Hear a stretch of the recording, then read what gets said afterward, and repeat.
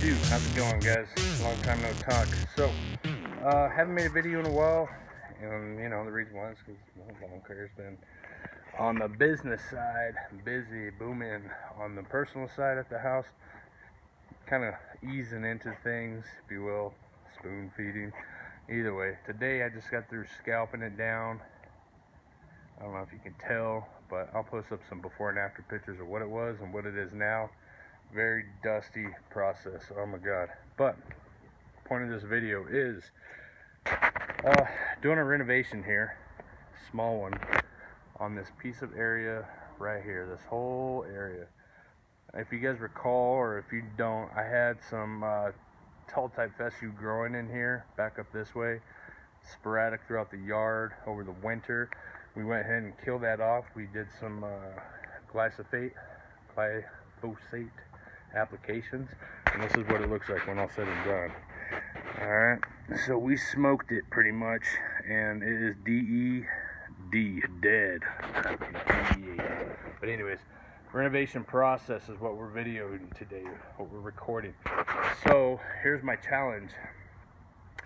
Obviously I'm on a pre-emergent application cycle 3 times a year. So, well, can you seed if you've already done a pre-emergent application? The answer is yes, but you have to wait. Okay, there is a very specific time period when you're using a very specific product like Prodiamine, for example, and you can't seed for up to 4 months.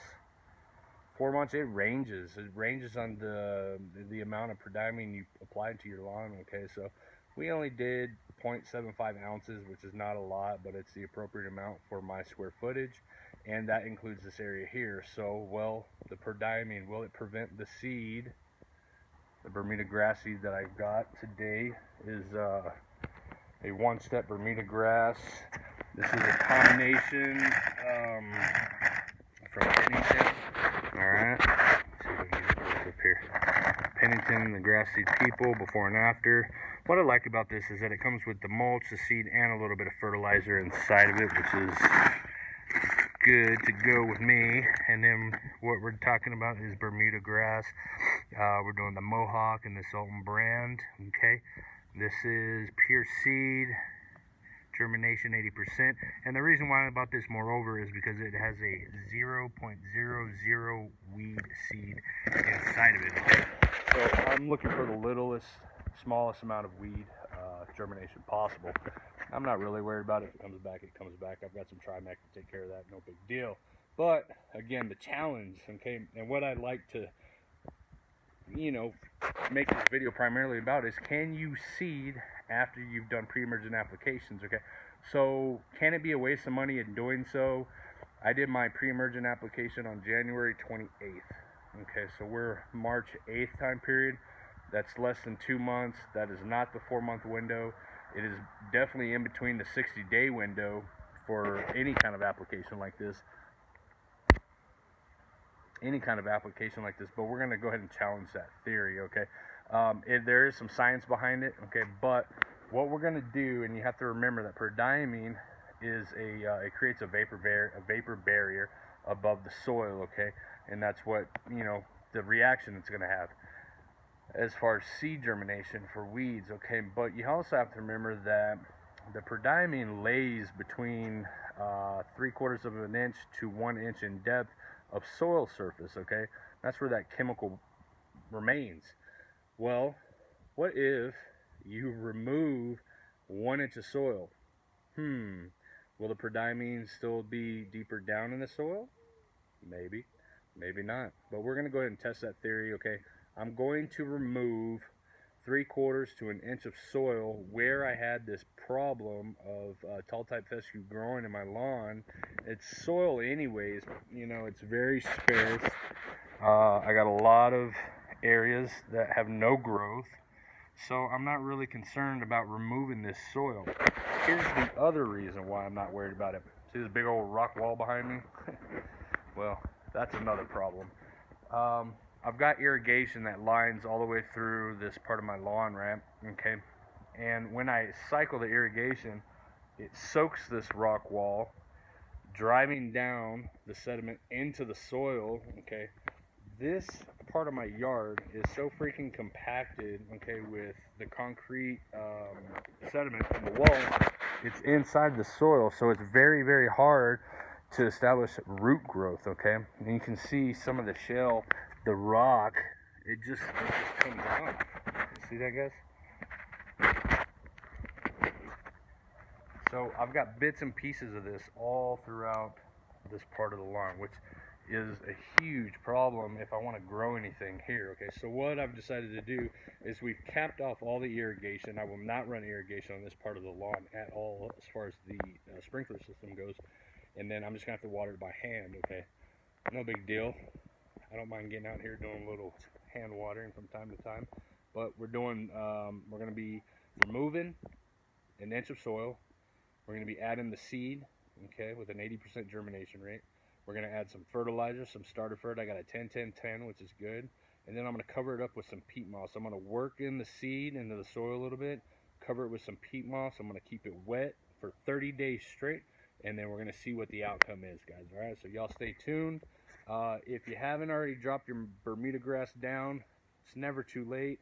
It was a mess for me today, but we got it done. I've got green up already. It's that time of the year. We're seeing bits and pieces of Bermuda grass, turn green already. But that's my next challenge this year, is keeping this lawn as low as possible. I'm probably going to attempt to do 1 inch in growth. No higher than that. Typically, I like it up to 3 inches, and I like that tall grass, which is why I'm a fan of tall type fescue. But it's very difficult to grow here in El Paso with our dry heat and lack of humidity, I should say. But we're going to attempt it. I've seen some lawns. I've actually got one client who's got tall type fescue. We did an aeration and overseeding in her lawn last year, and it's still green. It looks phenomenal. I'm really jealous, but I might do that with the front yard this year. With the backyard, we're going to get some seed going, see if I can fill in not just Bermuda here, but Bermuda all the way throughout the lawn. Nothing but Bermuda. And, some other things to keep in mind is typically you do not overseed with Bermuda. Why? Because you don't know what kind of Bermuda you're going to be seeding with and what you already have if you don't know the very specific type. If I knew I had a Tifway, for example, I'm not going to seed this with some Pennington stuff that's got Mohawk grass seed in it. It just doesn't make sense. But this is a hybrid Bermuda, okay? So I'm not really concerned about the species of Bermuda I'm going to be putting down in this back area here. I'm absolutely fine with that. So we're going to try something new this year. We're going to see if we can get some germination once I remove the soil that's containing the Prodiamine inside it.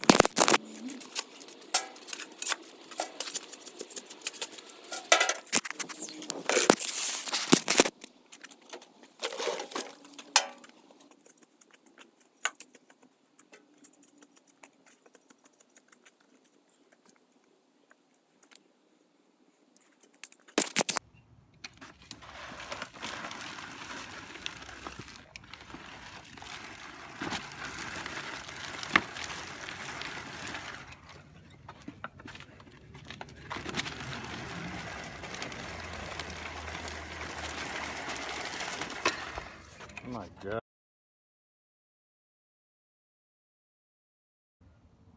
Alright guys, welcome back. So I've got the Pennington Bermuda grass seed that's got the mulch, fertilizer, seed combination inside of it. Okay, we've removed a good layer of the soil that I had with the pre-emergent in it already. So what you see here is these pebble looking things. That is actually the Pennington product, okay? And the seed is these little blue seedlings, okay?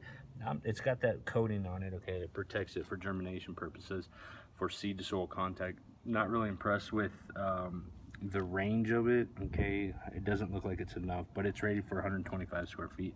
So we've cut out 128 square feet just where that, to even it out and to get rid of that tall type fescue that was dead there. So I'm going to go ahead and apply the peat moss just to give it an extra protective coating on top. I'm going to soak it in. We're going to continue to water for 30 days and monitor.